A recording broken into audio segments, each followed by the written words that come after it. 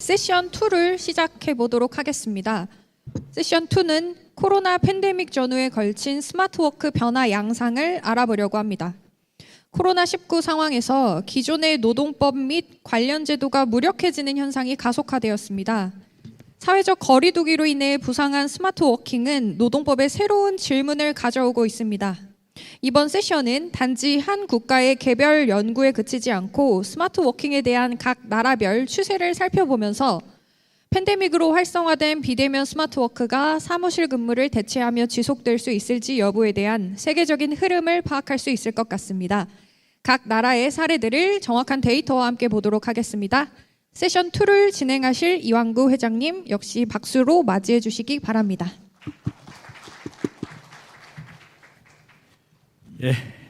두 번째 세션을 시작하겠습니다.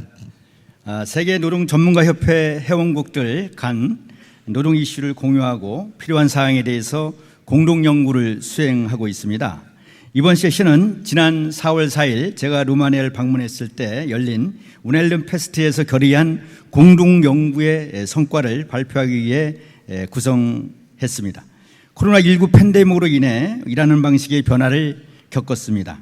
비대면 활동이 증가하였고 화상회의, 재택근무 등 스마트워킹이 일상화되고 있습니다.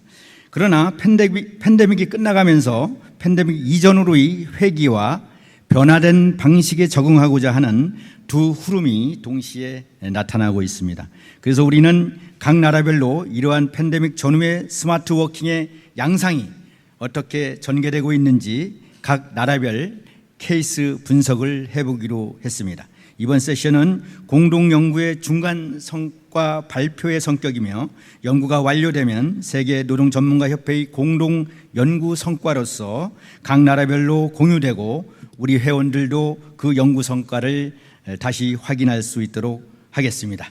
그럼 첫 번째 순서 제가 한국의 사례를 간단하게 발표하도록 하겠습니다. 스마트워킹 팬데믹 전후에 대해서 대한민국의 사례를 발표하겠습니다. 스마트워킹에 대해서 대한민국에서는 워라벨, 이른바 워라벨 측면에서 유연근무제도 플렉스블 타임의 하나로 도입되기 시작했습니다. 마찬가지로 유럽을 의시한 세계 각국에서도 디지털 기술 혁명의 결과 업무 효율성이라는 측면에서 일찍이 스마트워킹이 저변화되는 추세였었습니다. 그런데 코비드19라는 팬데믹은 사무실 출근 제한과 비대면 근무의 일상화라는 위기 상황이 지속되면서 스마트워킹이 전통적 업무 방식을 대체하였고 이제 엔데믹에 접어들면서 스마트워킹이 앞으로도 계속 지속될 것인가 논란이 되고 있습니다.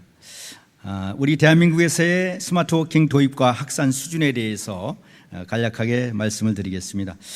저희 대한민국에서는 ICT 기술의 발전으로 원격 근무와 재택 근무가 가능해짐에 따라 2010년부터 정부 주도로 국가정보전략위원회를 구성해서 스마트워크 추진 전략, 특별히 2011년 11월에는 스마트워크 활성화 추진 계획을 발표하게 되면서 스마트워킹이 공공부문에서 도입되기 시작했습니다. 특별히 저희 대한민국에서는 원격 근무가 강조되었던 측면이 있습니다. 이 스마트워킹이 도입되는 그 과정에서는 특별하게 우리 한국의 특수사항인 정부 부처가 서울에서 세종으로 이전되는 그런 부분이 또 크게 작용했습니다. 그래서 공공부문이 스마트워크 센터를 설립하는 것들이 이루어지면서 스마트워킹 도입을 정부가 오히려 선도하게 되는 구조가 되었다. 초기에는 스마트워크 수준이 일정한 공간에서 구축된 전문 사무 공간에서 근무하는 수준으로 이렇게 도입되기 시작했습니다.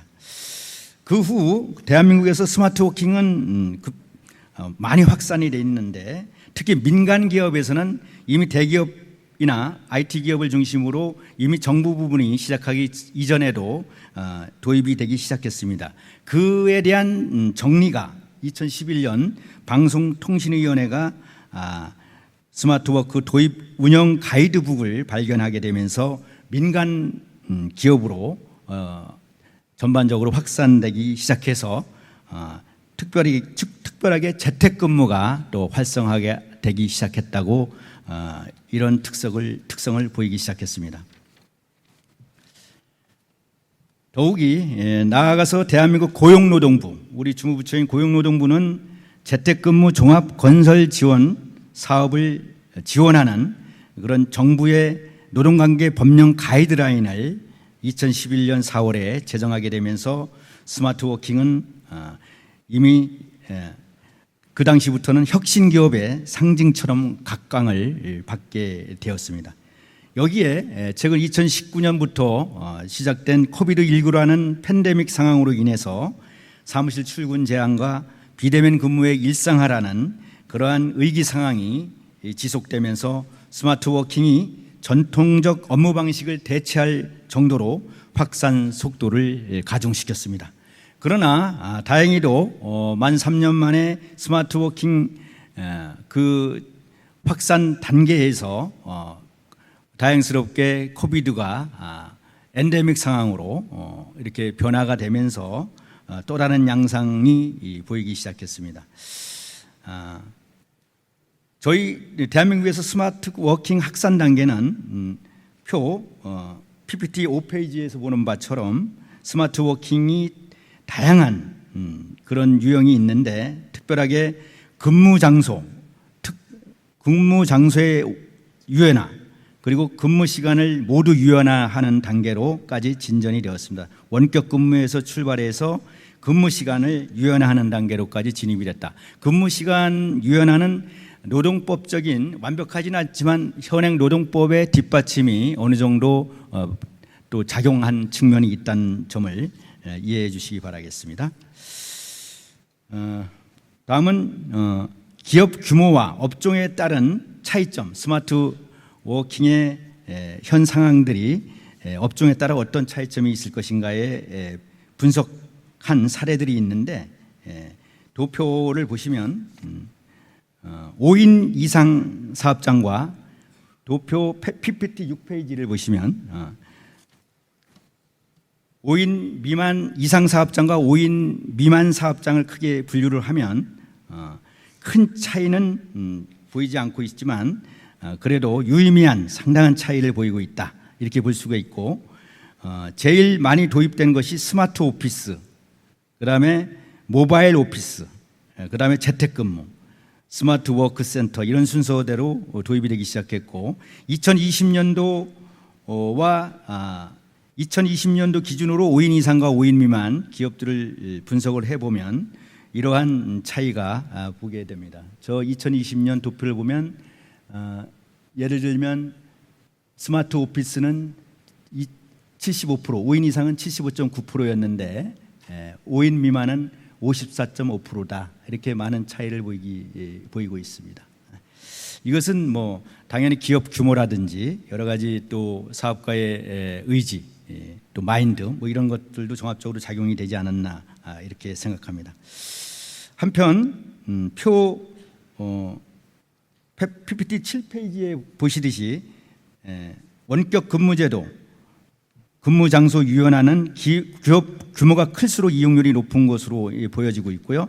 그 부분을 보면 특별하게 넘어가서 250명 이상 보면 훨씬 더 이렇게 많은 차이가 보여 있다. 불과 1년 사이에 이렇게 큰 차이, 거의 30% 정도의 차이를 보이고 있다. 이런 것들을 보실 수가 있겠습니다. 기업 규모에 따라 당연히 차이가 있다는 것은 예상될 수 있었지만 상당한 기업이 규모가 클수록 더 많은 격차가 이렇게 보이고 있다는 특이점이 있겠습니다. 넘어가셔서 PPT 페이지 8페이지를 보시면 업종별로도 차이점이 나타나고 있는데요. 금융보험업 61.6%로 가장 높은 그런 프로테이지를 보이고 있고 그 다음에 정보통신업, 전문과학기술서비스업, 교육서비스업 순으로 이용률이 높게 나타나고 있습니다. 이러한 스마트워크에 대한 기본적인 분석을 하게 되면 스마트워크를 이용하는 근로자 유형이 먼저 분석이 돼야 될 것 같은데 이 부분도 근로자에 대한 직무 분석이 기본적으로 도구로 작용할 수가 있는데 이에 대해서는 고용노동부가 2020년에 발간한 재택근무 종합 매뉴얼에 따르면 근로자 유형을 아래와 같은 요소로 해서 판단하도록 재택근무가 적합한 그러한 근로자인지 그러한 직종인지 그러한 업무인지 고용노동부의 가이드를 제시하는 것이 페이지 9페이지의 표입니다. 그건 나중에 일별에 보시면 좋겠습니다. 그 결과 이러한 직무 선정, 재택근무 대상 적합한 재택근무에 적합한 대상 직무를 선정하는 판단 요소를 기준으로 해서 그 결과로 재택근무에 적합한 직무는 아래와 같이 이제 예시가 됩니다. 그것이 PPT 10페이지의 표에 나와 있습니다.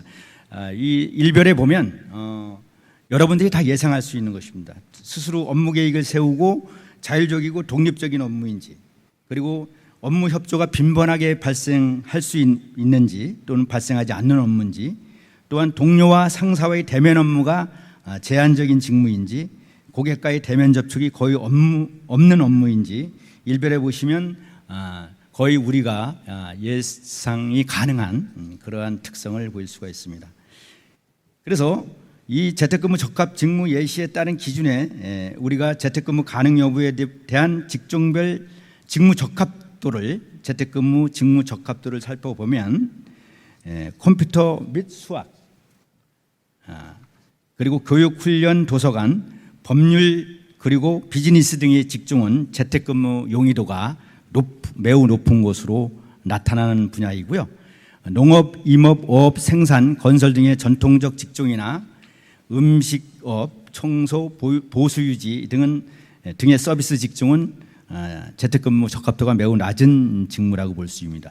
저희들 이 노동 전문가인 일종의 법률 서비스직이라고 볼 수도 있겠는데, 저희들도 상당히 재택근무가 가능한 직종으로 분류될 수 있다는 것이 이런 조사로 또 입증이 되기도 합니다. 스마트 워크가 가져온 사회적 영향에 대해서 PPT 11페이지에 간략히 정리가 되고 있습니다. 스마트 워크가 주목받고 있는 이유는 다들 아시다시피 저출산, 노령화, 고령화, 그리고 저탄소 녹색 성장 등에 비추어 세계가 공통적으로 안고 있는 구조적인 문제를 해결할 수 있는 획기적인 방안으로 이제 등장하기 시작했습니다. 생산 가능 인구가 점점 감소함에 따라 여성 인력을 활용하는 중요성이 증가되었고, 일과 가정을 양립시켜서 여성 고용의 중대 방안의 하나로서 스마트 워크 도입이 활성화되기 시작했다고 보여집니다. 또한 대한민국의 경우 아까 잠깐 말씀드린 것처럼 지역 소멸 위기가 심각하게 되면서 중앙정부가 행정기관들이 대폭 지방으로 이전이 되면서 정부기관들의 이전에 따른 업무 공백을 해소하고 행정 효율을 높이는 방안으로 스마트워크 도입이 시작됐다. 스마트 오피스, 스마트 센터 이런 것들이 이제 되겠죠.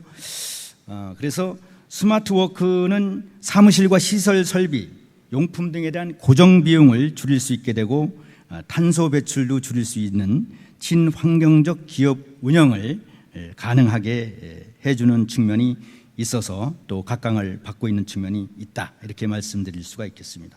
또한 해외 출장 없이 화상회의를 통해서 업무의 효율성과 효과성을 매우 증대시킬 수 있는 측면도 스마트 워킹을 확대시키는 원인으로 작용할 수가 있겠습니다. 특별하게 코비드19로 인해서 재확산을 방지하기 위해서 오히려 스마트 워킹이 또 확대된 측면이 있다.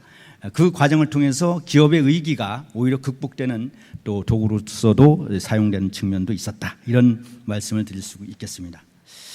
기업 내부의 입장에서 바라보면 여성뿐만 아니라 육아기에 있는 종업원에게 일과 가정을 양립시킬 수 있는 복지를 도모할 수 있다는 측면에서, 그리고 장기 근로에 부수하고 또 고정적인 출퇴근에 부수하는 번아웃을 예방할 수 있어서 종업원의 사기를 높일 수 있다는 측면에서도 대단히 의미가 있는 그러한 변화라고 볼 수가 있습니다.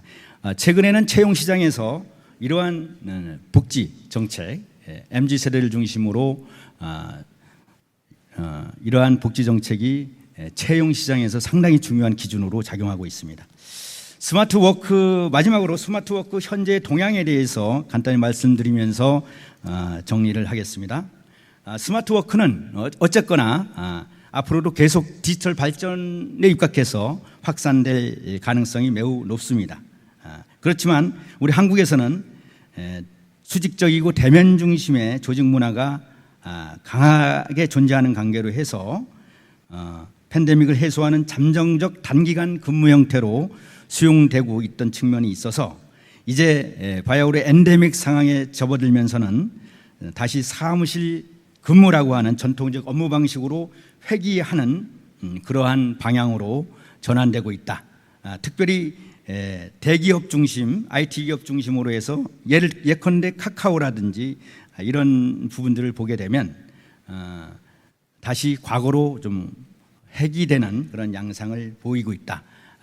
그에 대한 또 MZ세대의 반발로 인해서 일시적으로 다시 노조 가입률이 높아지는 그런 상황도 있었지만 여하튼 대기업들이 보시면 카카오엔터, 카카오게임즈, SK텔레콤, 넥슨 이런 부분도 상당히 그 IT가 강한 대기업인데 다시 과거로 돌아가는 이런 상황들이 벌어지고 있다.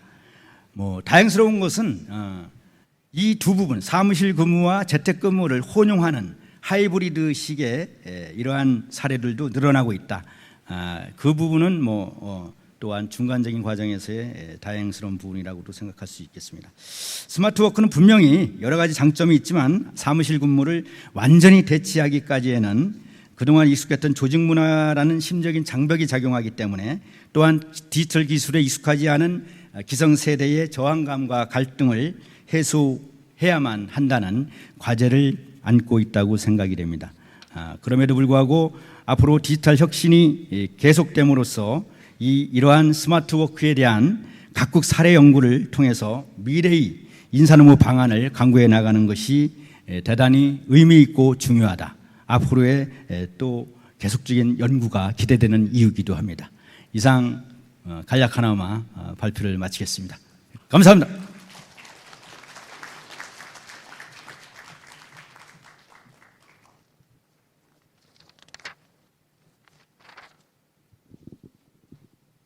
다음 순서는 이번 사례 연구를 주도하고 스마트워킹에 대한 관심이 가장 큰 이탈리아의 사례를 들어보도록 하겠습니다. 발표는 1세션과 마찬가지로 프란체스코 드라치오 부회장님께서 해주시겠습니다. 네, 앞으로 모시겠습니다. 뜨거운 박수 부탁드리겠습니다. 네, 감사합니다. Grazie. Allora, in Italia la disciplina sullo smart working risale al 2017, quindi molto recente, e definisce il lavoro agile una modalità di esecuzione del rapporto di lavoro subordinato che è stabilito mediante accordo tra le parti, anche con forme di organizzazione del lavoro per fasi, per cicli, per obiettivi, senza vincoli di orario o di luogo, con l'utilizzo di quelli che sono poi strumenti tecnologici per lo svolgimento dell'attività lavorativa. Altro aspetto che la legge prevede è quella di avere come limiti soltanto quello dell'orario di lavoro giornaliero e settimanale previsto dalla legge e dalla contrattazione collettiva, e la prestazione può essere liberamente svolta sia all'interno che all'esterno dell'azienda senza necessità di individuare un luogo preciso in cui l'attività viene svolta. È ovvio che con il periodo pandemico questa normativa ha avuto subito una modifica in termini di eccezionalità. Il governo, per consentire la messa in sicurezza, ma come penso in tutte le altre parti del mondo, i lavoratori, ha consentito un accesso facilitato allo smart working, consentendo appunto di potervi accedere senza necessità di accordo tra le parti, quindi accordo tra il datore di lavoro e il lavoratore. Questo ha dato la possibilità di avviare un utilizzo generalizzato dello strumento che si è trasformato in una grande sperimentazione e evidentemente le imprese si sono dovute impegnare investendo in breve tempo nell'aumento della strumentazione tecnologica, in software e organizzando l'attività lavorativa in modo rapido come mai prima d'ora era avvenuto. La grande sperimentazione che poi c'è stata nel 2019 ha consentito però anche di individuare quindi in modo abbastanza veloce quelli che sono i pregi e quelli che sono i difetti dell'utilizzo di tale strumento. Sicuramente tra gli aspetti positivi, quindi tra i vantaggi, abbiamo sicuramente il miglioramento della qualità della vita dei lavoratori, l'abbattimento dei tempi e dei costi che sono poi legate agli spostamenti tra casa e al lavoro, una migliore conciliabilità tra tempi di vita, di lavoro e vicinanza alla famiglia. Però è pur vero che ci sono alcuni aspetti che sono ancora delle criticità e quindi il grande affanno organizzativo che le aziende hanno dovuto affrontare o che dovranno affrontare se vorranno utilizzare questo strumento in futuro, ma anche la bassa dotazione tecnologica di aziende ma anche di lavoratori. Ultimo altro aspetto che ancora desta perplessità è la lenta evoluzione poi della legislativa per andare a colmare alcuni vuoti normativi che invece sarebbero necessari. In ogni caso è chiaro che questo è chiaro a tutti, ci troviamo di fronte a un cambiamento epocale, no? Che sicuramente può impattare sull'organizzazione non solo del lavoro ma anche sociale ed economica negli anni a venire. Abbiamo analizzato anche alcuni aspetti dello smart working che possono avere degli effetti sociali, quindi nell'ambito della società. Ne cito alcuni. Sicuramente la rilocalizzazione dei lavoratori, ovvero c'è una maggiore possibilità da parte delle imprese di poter chiamare a sé lavoratori anche con gradi di professionalità molto alti, quindi senza necessità di doverli, che sembra che queste problematiche siano frenate dalla lontananza tra la residenza del lavoratore e il luogo in cui la prestazione viene resa. E questo, l'altra faccia della medaglia è che anche i lavoratori sono stati in qualche modo aiutati nel poter accrescere il proprio grado di professionalità e quindi avere maggiori occasioni di lavoro. Ha avuto anche e potrà avere, se si continua in questa direzione anche in futuro, un importante impatto socio-demografico, cioè sicuramente potrebbe l'utilizzo dello smart working, così come ha fatto durante la pandemia, decongestionare le grandi città. Notoriamente nelle grandi città è localizzata gran parte dell'occupazione di un paese, gli uffici della pubblica amministrazione, le grandi compagnie, e quindi ovviamente ci potrebbe essere una diminuzione di quello che è il traffico cittadino e quindi a favore anche di una mobilità più sostenibile, con effetti anche positivi sull'ambiente e sulla qualità della vita delle persone.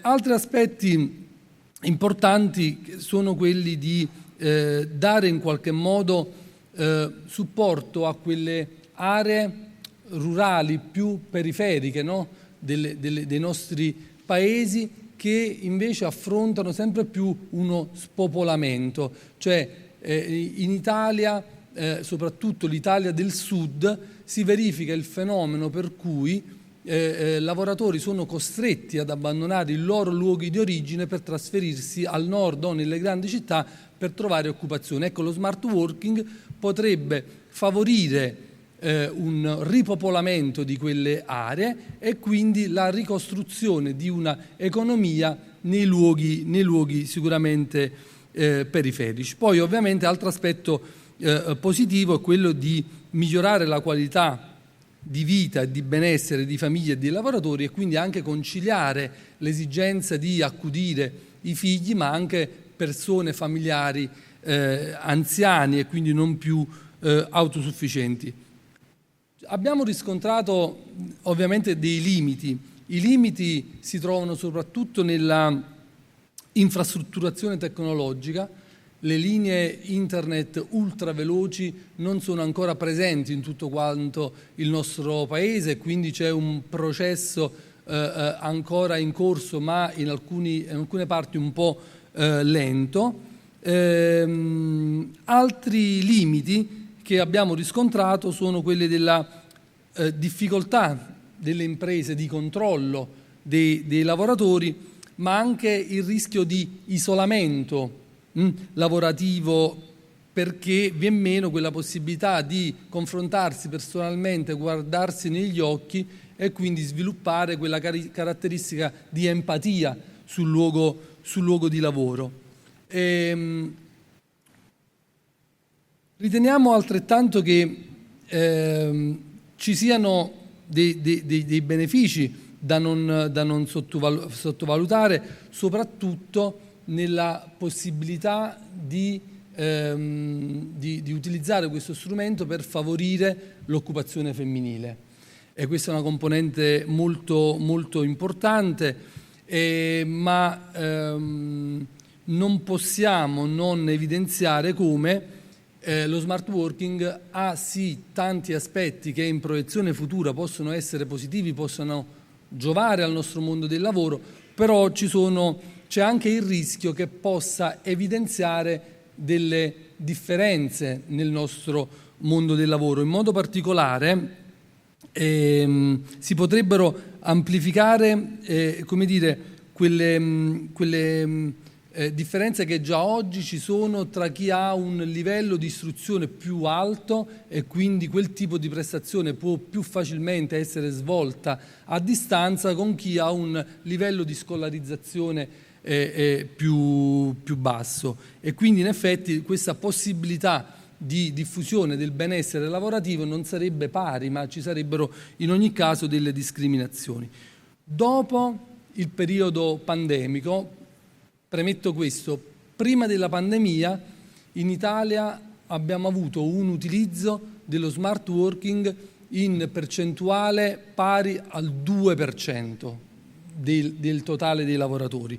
Dopo la pandemia, cioè durante la pandemia c'è stato un utilizzo quasi totalitario, ma dopo la pandemia la percentuale dei lavoratori che svolgono la prestazione con modalità a distanza si attesta intorno al 15% e da un'analisi fatta dall'INAP, che è il nostro Istituto Nazionale per le Analisi delle Politiche Attive del Lavoro, emerge come nelle imprese, ecco voi l'avete citato più volte, fino a 5 dipendenti, circa l'84% dei profili professionali presenti in questa fascia di imprese sono attività lavorative, mansioni che non si prestano ad essere svolte a distanza, quindi incontriamo già un primo limite a livello dimensionale. Crescendo la dimensione aziendale vi è maggiore possibilità che questo tipo di attività possa essere svolta in maniera smart, quindi a distanza.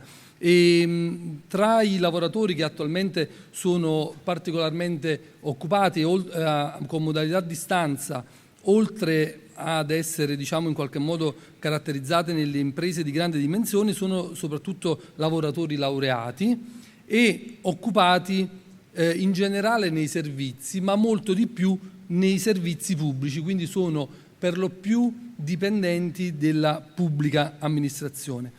Riteniamo che ancora per sviluppare, fare in modo di aiutare lo sviluppo di questa modalità di lavoro ci siano determinate necessità da affrontare in via prioritaria.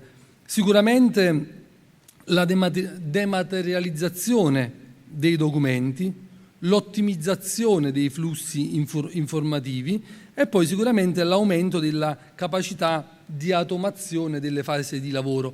Quindi in questo caso riteniamo che sia indispensabile considerare nello sviluppo dello smart working anche l'intelligenza artificiale e la tecnologia blockchain. Infine, e concludo, riteniamo che sia indispensabile che ci sia un bilanciamento della tutela del lavoro e dell'innovazione tecnologica e quindi qui riteniamo che ci debba essere, in questo noi saremo suggeritori, una capacità del legislatore ma anche delle parti sociali di immaginare un sistema che sia realmente flessibile, quindi non rigido e quindi orientato nel contempo al benessere del lavoratore e che quindi necessita di una risposta efficace ed equilibrata anche circa la tutela che questi lavoratori devono avere e l'esigenza di maggiore produttività che l'azienda necessita, che l'azienda si aspetta in termini di ritorno, che quindi deve essere correlata ad innovazione e alla tecnologia. Ecco, questa è una prima fase del nostro studio, poi man mano, come diceva il Presidente lì, il nostro lavoro andrà avanti fino a poter, speriamo quanto prima, formare oggetto di una vera e propria pubblicazione scientifica internazionale. Grazie.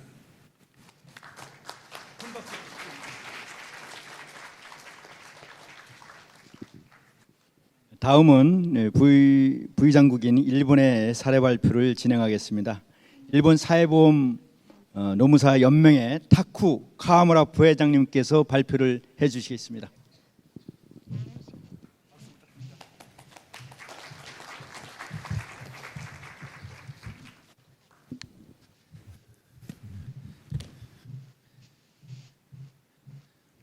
안녕하세요. 나는 카무라라고 합니다. 오늘은 잘 부탁드립니다. 그런데 나이초린 한국어는 이 정도로 했어. 번째는 일본어로 이야기하겠습니다.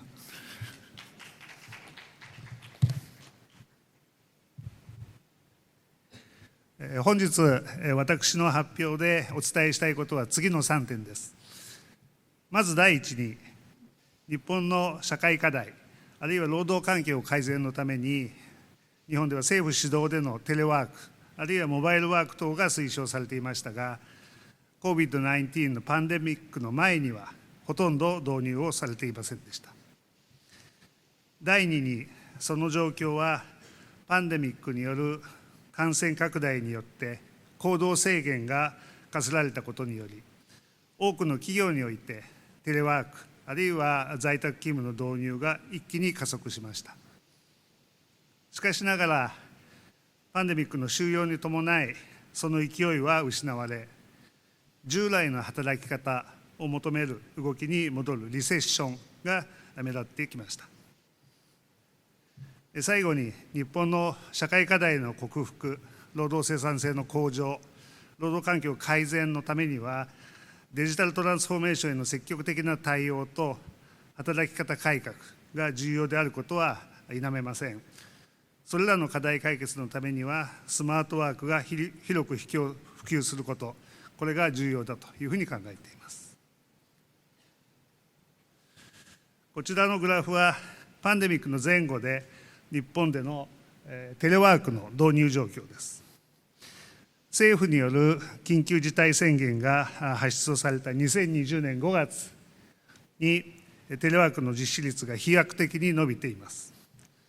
その後、感染者数の一時的な減少増加に伴いながらも、地域により差はあるものの COVID-19 の感染拡大前に比べて高い普及率を示しています。グラフの中の赤い線、これは東京中心部の普及率です。テレワークの実施率です。黒線が全国、ブルー線が地方の平均です。黒やブルーに比べて赤は20から30ポイント高い普及率を示しています。このことはご存知のように、東京中心部ではオフィスが密集し、働く人たちは通勤のために混み合った電車や地下鉄を利用しています。行動制限が進められたことによって、大企業を中心に一斉に在宅勤務、テレワークが実施したことで、この普及率となっています。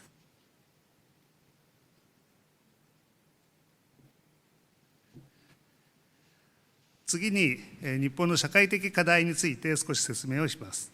このグラフでは、日本の出生率の推移と、新しく子どもが生まれた出生数を表しています。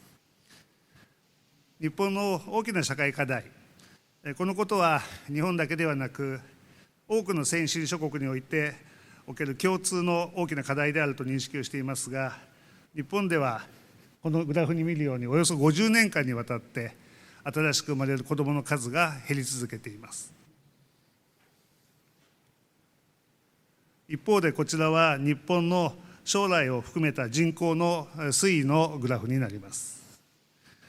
出生数が減少すること、一方で日本では平均寿命が伸びています。世界一長寿の国というふうに言われています。日本は少子、そして高齢社会に突入しています。私たちは15歳から64歳までの人たちを生産年齢人口として、社会において経済活動を担う労働者層として見たときに、将来的にこの層の人口が大きく減少することが予想されます。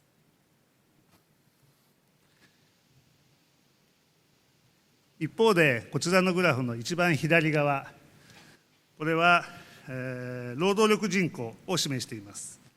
実際に仕事に就いている人、働いている人の人数を表しています。グリーンの線は雇用されている人を示していますが、2001年以降、労働生産年齢人口は減ってはいますけれども、少しずつではありますが、実際に雇用されている人は増加の傾向を示しています。この原因は、結婚や出産・育児で一旦退職した女性が職場に戻る、あるいは65歳以上の高齢者が一回リタイアをした後で再び仕事に就いて働き始めたことによると分析をしています。このことは2015年以降、日本の政府が掲げる一億総活躍社会、すなわち少子高齢化に歯止めをかけて、50年後も日本の人口1億人を目指す、そのためのさまざまな施策が講じられたことによるものです。日本では育児や介護、あるいは年を重ねる高齢化、あるいは障害の有無にかかわらず、すべての人々がそれぞれの置かれた環境で力を発揮して活躍できる社会、これを目指しています。そのためにいろんな人が働く現場に戻ってきているということになります。真ん中のグラフ、それでも真ん中のグラフが示すように、企業の人手不足感は深刻です。緊急事態の宣言の発出により、縦に線が入っているところですが、人手不足感は一時は回復をしました、解消されました。これは多くの企業が活動を休止したことによります。あるいは旅行業や飲食業を中心に店舗が休業をしたことによって解雇される人、あるいは一時休業をした人が増加をして人手不足が解消されています。しかしながら、その後の緊急事態宣言の緩和、コロナの収束、COVID-19 の収束により事業活動が再開されたことによって、一旦解雇した労働者の獲得に苦労する企業が続出をし、人手不足はコロナ前の状況に戻っています。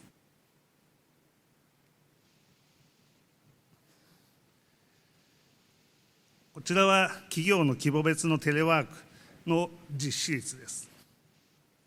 先ほども申し上げたように、すべての人が一定の制約、例えば育児や介護、高齢そういったような制約があっても、限られた時間や場所で勤務できるテレワーク、在宅勤務は、日本にとってとても重要な政策です。今回の COVID-19 による在宅勤務やテレワークが窮地をしのぐ方策として、一時的に普及をしましたが、IT リテラシーやセキュリティ環境が充実した大企業に比べて、インフラの脆弱な小規模事業所では普及率が半分以下であることが市場から見て取れます。これは先ほどのイ会長からのご紹介あった韓国の例にも同じような傾向があるというふうに思っています。また、働く人たちも急に導入をされた、これまでそういう制度があることは知っていたけれども、自分たちの会社では関係ないと思っていた人が、急にパンデミックにより導入されたテレワークに対して、多くの戸惑いや混乱が生じました。テレワーク、在宅勤務で働いた人たちが感じた課題については、この後少し整理をしてご説明をします。COVID-19 の収束に伴って、テレワークの実施が減少し、あるいは企業、あるいは業種によっては、出社を義務付けるなどのリセッションが増えてきています。会社から出社要請を受けている、あるいは仕事に支障がある、勤務時間の長時間化、そういったことが課題として、新たな課題として発生をしてきています。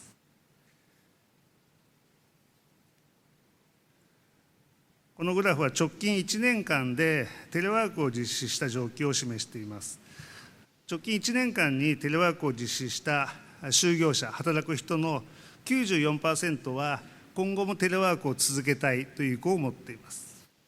一方で直近1年間にテレワークを実施をしていない人でも 74% はテレワークを実施してほしいと希望しています。一方でテレワーク、この1年間の間にテレワークの実施経験がない人たちの、テレワークを希望しない理由の 40% は仕事への支障を挙げています。では、仕事への支障というのはどういうことでしょうか。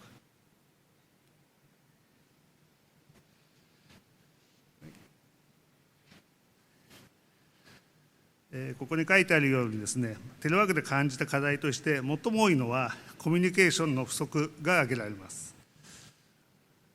会社で勤務しているときはいつもそばで相談ができる、あるいは指示や報告を受けられる環境が変わってしまい、不慣れな状況下で仕事に効率化が影響を及ぼしているというふうに言われています。また、在宅勤務の場合には勤務時間とプライベートの境目がないような働き方を感じる労働者も多く報告されています。特に自宅で勤務をする在宅勤務者にとっては、仕事とプライベートの切り替えに苦労したということが読み取れます。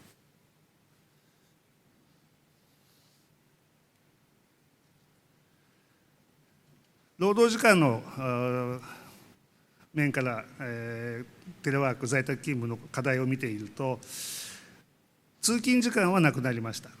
地獄のような1時間半、毎日3時間かけて自宅から会社へ行き、会社から疲れて帰ってくる、この通勤時間はなくなりました。労働者の負担は大きく減少しました。一方で、多くの労働者、在宅勤務者において、労働時間は減少する傾向があったものの、一部の労働者については、労働時間が長くなるという二極化が見られました。原因としては、個人のスキル、あるいは管理能力による部分も大いにあると思いますが、まだまだ不慣れな在宅勤務、相談や指示報告がこまめに受けられないということが原因であるというふうに思っています。次に、テレワーク、在宅勤務を導入したことによる環境整備とか社内整備です。国による緊急事態宣言に伴って、急遽導入されたケースがほとんどでした。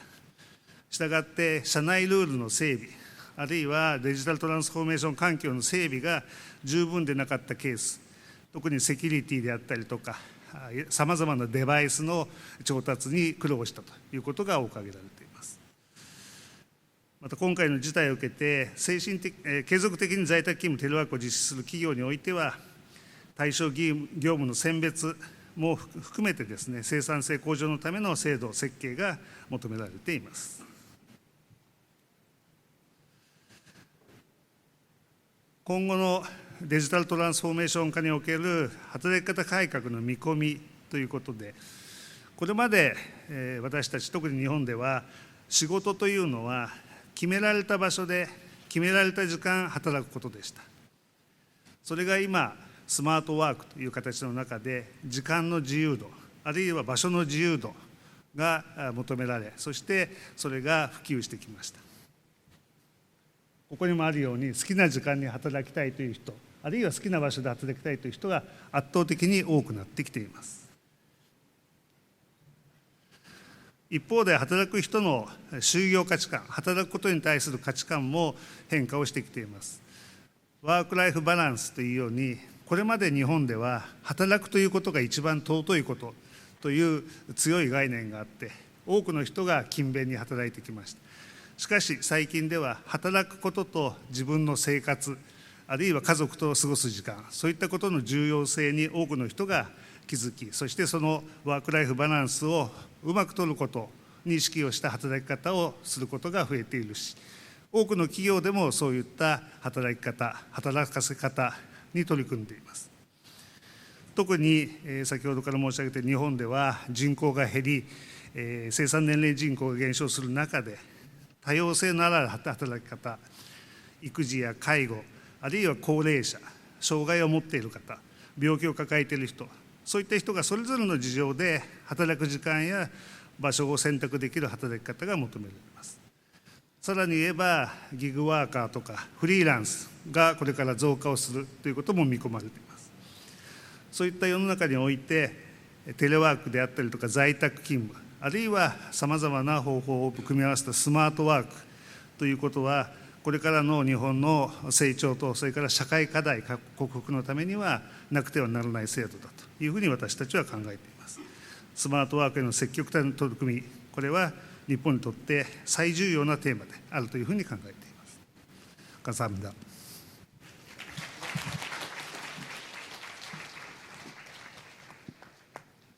예, 다음은 루마니아 사례를 들어보겠습니다.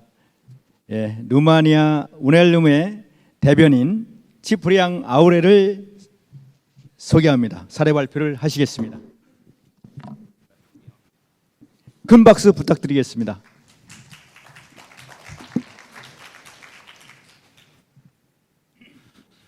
Good afternoon, ladies and gentlemen. Bună ziua și bine v-am găsit. Annyeonghaseyo. Înainte de toate, aș vrea să vă mărturisesc că simt o adevărată bucurie să mă aflu astăzi în fața dumneavoastră. Vă mulțumesc pentru primirea acordată și sunt încântat de faptul că sunteți prezenți într-un număr atât de mare. Felicitări organizatorilor pentru profesionismul cu care au organizat acest eveniment și că au dat dovadă de admirație pe toată perioada șederii noastre aici și sper că prezentările susținute de mine și de colegii mei să vă fie de folos și să vă ajute să fiți mai bine conectați la realitățile europene din domeniul în care noi cu toții activăm. 안녕하세요. 먼저 오늘 여러분 앞에 서게 되어 정말 기쁘고 환영해 주셔서 감사드리며 이 행사에 이렇게 많은 분들이 참석하게 되어서 정말 기쁩니다. 이 자리를 위해서 저와 제 동료들이 준비한 프레젠테이션이 여러분에게도 도움이 되고 유럽의 노동시장 현실을 좀 더 이해하시는 데 doumi 되시기를 바랍니다. Ritmul rapid și incremental al dezvoltării tehnologiei, informației și comunicațiilor a determinat apariția noii economii, care tinde să se globalizeze la nivel mondial. În cadrul ei, individul și micile întreprinderi, alături de marile companii, au mai multe oportunități ca niciodată de a juca un rol important în societate. Economia digitală este caracterizată de mutații radicale în natura muncii și a relațiilor de muncă, cu implicații profunde asupra stilurilor de muncă și de viață ale oamenilor. Piața muncii a cunoscut în ultimul deceniu o dezvoltare puternică, tizând și ea să se globalizeze. Telemunca, teleactivitățile, telesocializarea reprezintă activități moderne, caracteristice unei societăți informaționale bazate pe cunoaștere, spre care țintește și România. 정보통신 기술의 전지적인 발전으로 인해 새로운 디지털 경제가 등장했으며 이는 전 세계적으로 글로벌화되는 경향을 보이고 있습니다. 그 안에서 개인과 중소기업은 대기업과 함께 사회에서 중요한 역할을 할 수 있는 기회가 그 어느 때보다 많이 주어졌습니다. 디지털 경제는 노동의 본질과 업무 관계의 급격한 변화를 특징으로 하며 이는 사람들의 업무 및 생활 방식에 중대한 영향을 미칩니다. 노동시장은 지난 10년 동안 크게 성장했으며 글로벌화 추세에 있습니다. 재택근무, 원격활동, 원격사회화 등을 루마니아도 지향하고 있는 바입니다. Natura transformării digitale a evoluat foarte mult în ultimul deceniu. Am trecut de la transformarea hârtiei în taste, caractere, la optimizarea proceselor folosind diverse softuri, la munca în rețea. Practic, am migrat către o economie digitală solidă. Înainte de pandemie, se simțea că suntem la mare depărtare de punctul în care transformarea digitală va trece de la optimizarea afacerilor, a serviciilor, la transformarea radicală a acestora. Astfel, o serie de factori externi au făcut ca toate aceste schimbări să fie posibile. Ne referim în principal la schimbările climatice, la războaiele comerciale, la tulburările sociale și la o mișcare susținută către automatizarea proceselor interne. Apoi a venit și pandemia, care a accelerat și mai mult investițiile digitale. Practic, în ultimii 2-3 ani a avut loc o transformare digitală radicală, care probabil trebuia să aibă loc în următorii 10 ani și care probabil ne-a luat pe toți prin surprindere. 디지털 트랜스포메이션의 본질은 지난 10년 동안 크게 진화했습니다. 종이를 디지털 파일로 바꾸는 것부터 다양한 소프트웨어를 사용하여 프로세스를 최적화하는 것, 네트워크에서 작업하는 것까지 기본적으로 강력한 디지털 경제로 전환해 왔습니다. 따라서 여러 외부 요인이 이러한 모든 변화를 가능하게 했습니다. 주로 기후변화, 무역전쟁, 사회적 불안, 내부 프로세스의 자동화를 향한 지속적인 움직임 등을 들 수 있습니다. 팬데믹이 시작되고 디지털 투자가 더욱 가속화되었습니다. 기본적으로 지난 2-3년 동안 향후 10년 내에 일어날 것으로 예상되었던 급진적인 디지털 전환이 일어났고 이것은 우리를 모두 놀라게 했습니다. Și pentru că natura umană este capabilă și trebuie să se adapteze continuu la moment, la prezent, pentru a ține pasul cu schimbarea, am fost nevoiți să ajungem în armonie cu tehnologia. Și am început să lucrăm inteligent pentru că munca smart este necesară și în trend. 인간의 본성은 변화에 지속적으로 적응할 수 있는 능력이 있기 때문에 우리는 기술 발전과 함께 조화를 이루어야 하고 그것을 위해 스마트한 사회, 스마트한 워킹이 필요합니다. Munca inteligentă este acel model de lucru care utilizează noile tehnologii și dezvoltarea tehnologiilor existente pentru a îmbunătăți atât performanța cât și satisfacția obținută în urma activității întreprinse. Acest model de lucru nu trebuie confundat cu coworking-ul, care se referă la folosirea unui spațiu de lucru la comun, de obicei de profesioniști care desfășoară activități în mod independent. Deși termenul de muncă inteligentă este un concept destul de larg, se pot desprinde două caracteristici esențiale care trebuie să existe pentru ca activitatea să fie inteligentă. Un mod de lucru mai profitabil, din multe puncte de vedere, nu numai din punct de vedere financiar, și utilizarea tehnologiei pentru a-l realiza. Și pentru că în zilele noastre totul este smart, de la telefoane, ceasuri, mașini inteligente, termenul de smart working semnifică exact ceea ce vrea să transmită. Muncă realizată inteligent și este strâns legată de conceptul telemuncă. Practic, o evoluție firească a acesteia. 스마트 워킹은 새로운 기술과 기존 기술의 발전을 활용하여 업무 성과와 만족도를 모두 향상시키는 업무 모델입니다. 이 업무 모델을 독립적으로 일하는 전문가들이 공동 업무 공간을 사용하는 것을 의미하는 코워킹과 혼동해서는 안 됩니다. 스마트 워킹이라는 용어는 상당히 광범위한 개념이지만 스마트한 업무가 되기 위해서는 금전적인 측면뿐만 아니라 여러 가지 면에서 더 수익성 있는 업무 방식과 이를 실현하기 위한 기술 활용이라는 두 가지가 핵심인 것 같습니다. 오늘날에는 스마트폰, 스마트 시계, 스마트 자동차 등 모든 것이 스마트하기 때문에 스마트 워킹이라는 용어는 그 의미 그대로 스마트하게 일하는 것을 의미하며 기본적으로 재택근무의 개념과 밀접하게 연결되어 있어 자연스럽게 진화한 개념입니다. Principalele avantaje ale muncii inteligente sunt următoarele. Creșterea productivității, eficiență în furnizarea serviciilor, reducerea costurilor fixe pentru angajatori, libertate și autonomie pentru lucrători, echilibru între viața profesională și viața familială și integrarea mai ușoară a persoanelor cu mobilitate redusă. 스마트 워킹의 주요 이점은 생산성 향상, 서비스 제공의 효율성, 고용주의 고정 비용 절감, 근로자의 자유와 자율성, 일과 삶의 균형, 그리고 거동이 불편한 사람들을 위한 편리함입니다. În privința evoluției smart working în România, o criză poate fi un moment catalizator pentru modificări puternice. Fie că vorbim de alegeri individuale sau modificări structurale ale organizației, iar pentru angajații români, criza provocată de pandemie a adus mai multă atenție către nivelul de pregătire al angajatorilor pentru gestionarea unei crize majore, precum și transparență și modul de comunicare cu angajații. Dacă înainte de pandemie influența tehnologiei în relațiile de muncă era la un nivel destul de scăzut, aproximativ 0,8% dintre angajații români lucrau de la distanță, în pandemie influența acesteia a crescut semnificativ.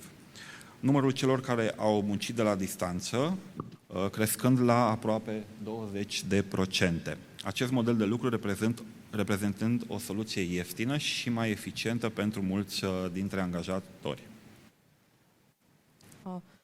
루마니아 스마트 워크의 진화에 대해서 얘기해 보도록 하겠습니다. 위기는 개인의 선택이든 조직의 구조적 변화이든 강력한 변화의 촉매제가 될 수 있습니다. 팬데믹 위기는 루마니아 노동시장에 발전할 수 있는 기회를 가져다 주었으며 노사관계의 투명성과 커뮤니케이션 면에서 발전할 수 있도록 긍정적인 영향을 주었습니다. 팬데믹 이전에는 루마니아 직원의 0.8%만이 원격 근무를 하는 등 근로관계에서 기술의 영향력이 다소 낮은 수준이었지만 팬데믹 기간 동안 그 영향력이 크게 증가하여 원격 근무자의 수가 거의 20%로 증가했으며 이러한 근무 모델은 많은 고용주에게 저렴하고 효율적인 솔루션으로 자리 잡았습니다. În privința tipului de lucrători implicați, potrivit Case Romania, una din principalele companii de consultanță de afaceri și externalizare servicii din Europa Centrală și de Est, în topul sectoarelor care au ales munca folosind tehnologia informației și a comunicațiilor, s-au numărat specialiștii din industria IT, firmele de consultanță și cele din domeniul financiar, preponderent angajați din marile companii care dețin un nivel înalt de calificare profesională. 슬라이드 5번을 보시면 관련 근로자의 유형들을 보실 수 있으시고 중부 및 동유럽의 선도적인 비즈니스 컨설팅 및 아웃소싱 기업 중 하나인 아카체 루마니아에 따르면 정보통신 기술을 활용하여 일하기로 선택한 상위 업종은 IT 산업 전문가, 컨설팅 회사, 은행 종사자 등 주로 높은 수준의 전문 자격을 갖춘 대기업 직원들입니다. Efectele sociale ale muncii inteligente, smart working practic a devenit norma pentru milioane de lucrători din întreaga lume. O nouă modalitate de lucru pentru majoritatea lucrătorilor, mai ales în România, o țară în care utilizarea muncii inteligente era destul de rară la începutul pandemiei. Practic, principalele efecte sunt următoarele. Creșterea exponențială a numărului de angajați care își desfășoară activitatea de acasă, echiparea locuințelor cu ultimele tehnologii și integrarea unor spații locative în conceptul birou de acasă, o ușoară migrație către localitățile de baștină a persoanelor care s-au mutat în scop profesional în centre urbane mai dezvoltate și un impact pozitiv asupra reducerii inechităților sociale. 스마트 워킹은 전 세계 수백만 근로자에게 표준이 되었습니다.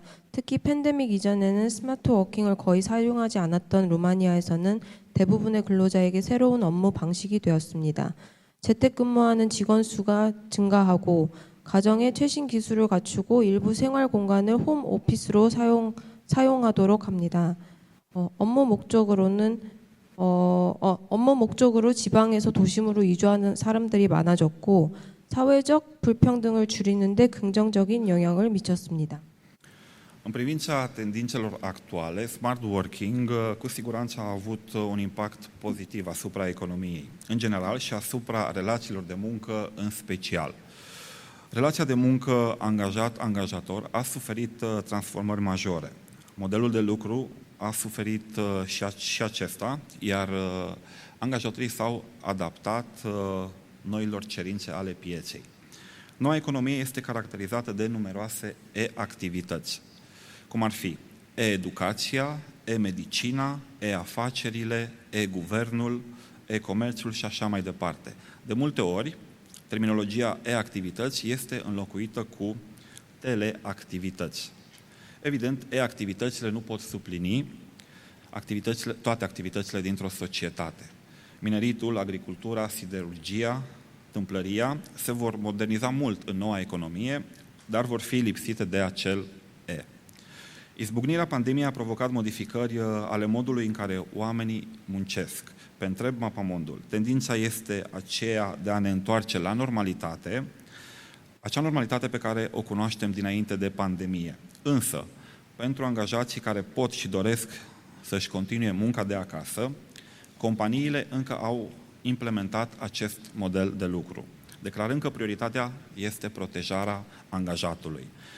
Odată cu aceste schimbări au avut loc și modificări structurale pentru angajator, care a fost nevoit să-și adapteze procedurile, instrumentele de lucru și chiar întregul mod de lucru noilor condiții. Perioada de tranziție însă nu s-a încheiat și cu siguranță relațiile de muncă, așa cum le cunoaștem sau cum le cunoșteam, nu vor mai fi niciodată la fel. 스마트워크는 경제와 특히 노사 관계에 긍정적인 영향을 미쳤습니다. 고용주와 직원 관계는 큰 변화를 겪었고 근무 방식도 새로운 시장 수요에 맞춰 변화하고 적응했습니다. 새로운 경제는 이-교육, 이-의료, 이-비즈니스, 이-정부, 이-커머스 등 수많은 이-활동이 특징입니다. 이-활동이라는 용어는 종종 원격 활동으로 대체됩니다. 물론 이 비즈니스가 한 사회의 모든 활동을 대체할 수는 없습니다. 광업, 농업, 철강, 목공 등은 새로운 경제에서 많은 현대화를 이룰 것이지만 전자화가 부족할 것입니다. 팬데믹의 발발은 전 세계의 사람들의 업무 방식의 변화를 가져왔습니다. 팬데믹 이전에 일상으로 돌아가는 것이 추세지만 재택근무를 계속할 능력과 의지가 있는 직원을 위해 기업들은 여전히 직원 보호를 최우선 과제로 삼고 이러한 근무 방식을 시행하고 있습니다. 이러한 변화로 인해 절차, 작업, 도구 및 전체 업무 방식을 새로운 조건에 맞게 조정해야 하는 고용주에게는 구조적인 변화가 발생했으며 지금도 계속되고 있습니다.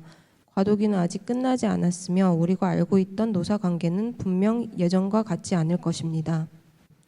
În continuare voi prezenta două situații statistice, una care are relevanță cu privire la modelul de lucru adoptat la nivelul întregii Uniuni Europene în perioada pandemiei, practic anul 2021, și una care prezintă tot la nivelul Uniunii Europene indicele economiei și societății digitale. Pentru cine nu cunoaște, Eurostat este organismul Comisiei Europene care se ocupă cu statistica. Principalele sale responsabilități sunt furnizarea de informații statistice instituțiilor Uniunii Europene și promovarea armonizării metodelor statistice în statele membre. Astfel, conform datelor existente, la începutul pandemiei, Cu privire la numărul de persoane care lucrau de acasă în marea majoritate a timpului, situația era următoarea. După cum vedeți pe hartă, în topul țărilor care au adoptat acest model de lucru se află Irlanda, Luxemburg și Suedia, care au procente de peste 25%. În schimb, la coada clasamentului, ca să spunem așa, cu un nivel de implementare foarte redus, regăsim Ungaria, Bulgaria și România. 다음으로 팬데믹 기간 동안 EU 차원에서 채택한 작업 모델과 관련된 두 가지 통계와 디지털 경제 사회 지수를 보여주는 두 가지 통계를 발표하겠습니다. 모르는 분들을 위해 유로스타트는 유럽연합 집행위원회의 통계기관입니다. 주요 임무는 유럽연합 기관의 통계 정보를 제공하는 것입니다. 따라서 기존 데이터는 팬데믹이 시작되고 재택근무를 하는 근로자의 통계를 보여주고 있습니다. 슬라이드를 보시면 상위 나라들은 아일랜드, 룩셈부르크, 스웨덴이 있고 그 하위 순위에는 헝가리, 불가리아, 루마니아가 있습니다. 유럽연합의 디지털 경제 및 사회 지수 측면에서 루마니아는 전국 수준에서 인프라가 존재하지만 I think you should stop now because you passed. So I continue and you will oprește acum că ultima ești la România și acum mergem pe cealaltă parte, da? Că nu e tot textul.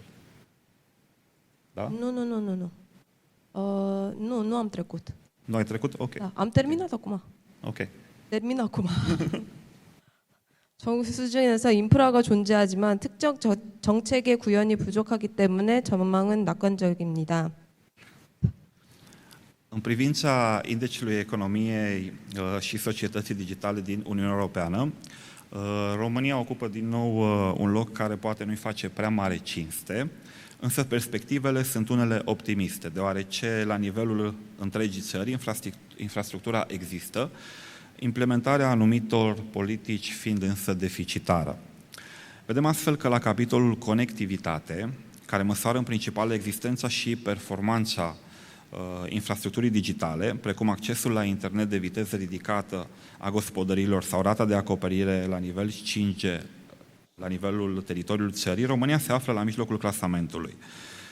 La restul capitolelor analizate, respectiv capital uman, care măsoară aspecte precum nivelul competențelor digitale, integrarea tehnologiilor digitale, care se referă la utilizarea diverselor soluții digitale la nivelul companiilor și servicii digitale publice, care măsoară răspândirea soluțiilor digitale în sectorul public, puse la dispoziția cetățenilor și a mediului de afaceri, România se află la coada clasamentului.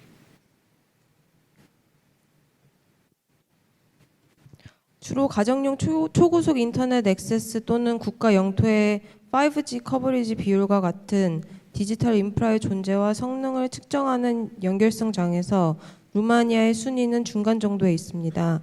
디지털 기술 수준과 같은 측면을 측정하는 인적 자본, 기업에서 다양한 디지털 솔루션을 사용하는 것을 의미하는 디지털 기술 통합, 시민과 기업이 사용할 수 있는 공공부문의 디지털 솔루션 확산을 측정하는 공공 디지털 서비스 등 나머지 분석 장에서는 루마니아가 최하위권에 머물러 있습니다. 앞서 말했듯이 발전 전망은 낙관적이며 점차 기존의 격차가 회복될 것이라고 확신합니다. Cum spuneam însă, perspectivele de evoluție sunt unele optimiste și suntem convinși că în următoarea perioadă se vor recupera decalajele existente.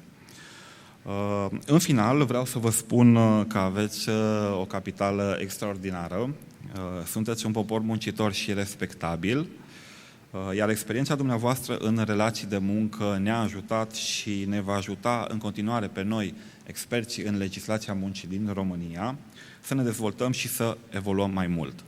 Vă mulțumesc tuturor pentru atenția acordată și sperăm să ne revedem curând.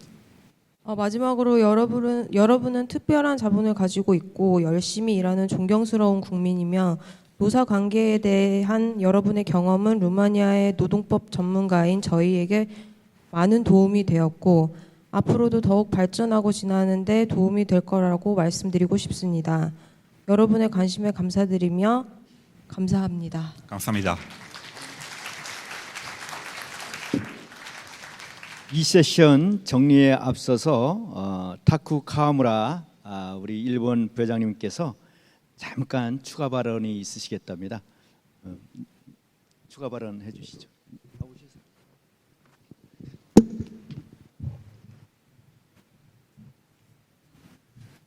はい、発言の機会をいただきありがとうございます。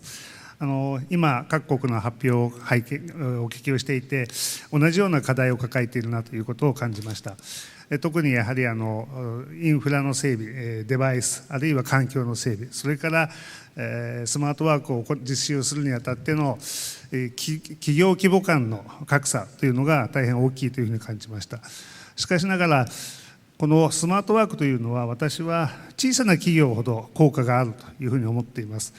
したがって、この課題を解決するために、それこそまさにデジタルトランスフォーメーションの力を借りて、世界中でこういった新しい働き方を導入していく、そのために私たち労働者専門家の協会がさまざまな研究、あるいは情報をシェアをしながら働いていくということが必要だというふうに思いました。ありがとうございました。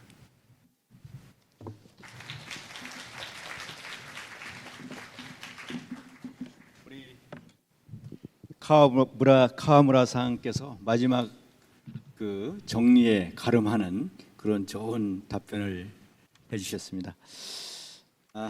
이제 정리를 하겠습니다. 이번 국제 심포지움에 참석한 각국의 국가의 사례를 들어보았습니다. 저희는 추후 연구 일정을 논의하여 진행할 예정이며, 이번 한국의 국제 심포지움에 참석하지 못한 나라들도 각자 연구를 진행해서 그 결과를 공유할 것을 이미 사전에 합의하였습니다. 세계노동전문가협회의 공동연구가 앞으로도 원활히 진행될 수 있도록 회원 여러분들의 큰 지지를 부탁드리겠습니다. 저는 잠시 후에 왈프 미팅을 별도로 가지게 됩니다. 거기에서 오늘의 이 중간 발표를 또 거울 삼아서 앞으로의 이 과제를 어떻게 정리하고 또 완성시킬 것인가에 대한 주제와 더불어서 또 다양한 의제들을 다루게 될 것입니다. 오늘 이 자리에 참석해 주신 세계노동전문가협회 회원국인 이탈리아, 일본, 루마니아의 참석자 여러분들에게 다시 한번 큰 박수로 성원해 주시기 바라겠습니다. 감사합니다.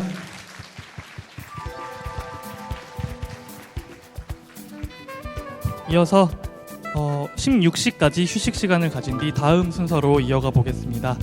휴게 시간 가지기 전에 잠시 안내 말씀드리겠습니다. 오늘 참여해주신 공인노무사 회원분들께서는 추천 점수 수령을 위하여 앞에 마련된 등록대에 꼭 출석 체크하셔서 출석 점수 받아가시기 바라고요. 주차는 복도에 있는 주차 정상기를 통하여 주차 신청을 하시면 되고 2시간까지 지원됩니다. 이어서 16시까지 휴식 시간 가지신 뒤에 자리에서 뵙겠습니다. 감사합니다.